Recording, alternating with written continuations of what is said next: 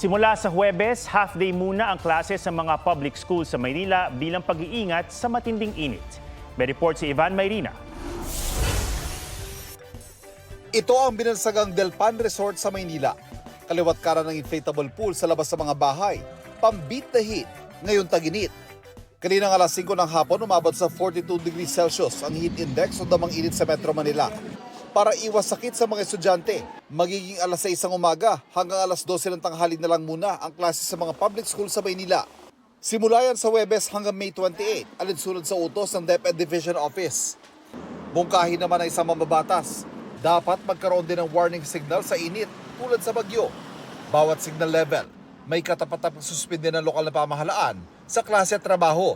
Pag signal number 2, pag pumapalo na sa 41, 42, dapat yung elementary, yung hanggang grade 6, dapat yan wala nang pasok.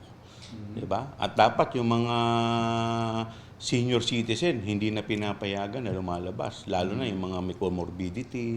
Open po kami for having such protocol. Ang worry lang po actually natin ay limited po ang mga stations ni Pag-asa. Of course, kailangan namin ng assistance pa rin ng mga local government units and even yung mga other mandated agencies.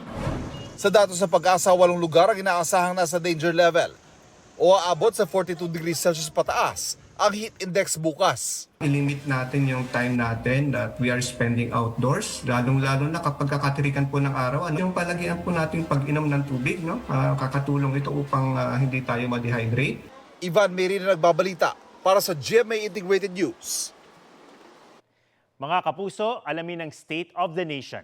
Mag-subscribe sa GMA Integrated News sa YouTube.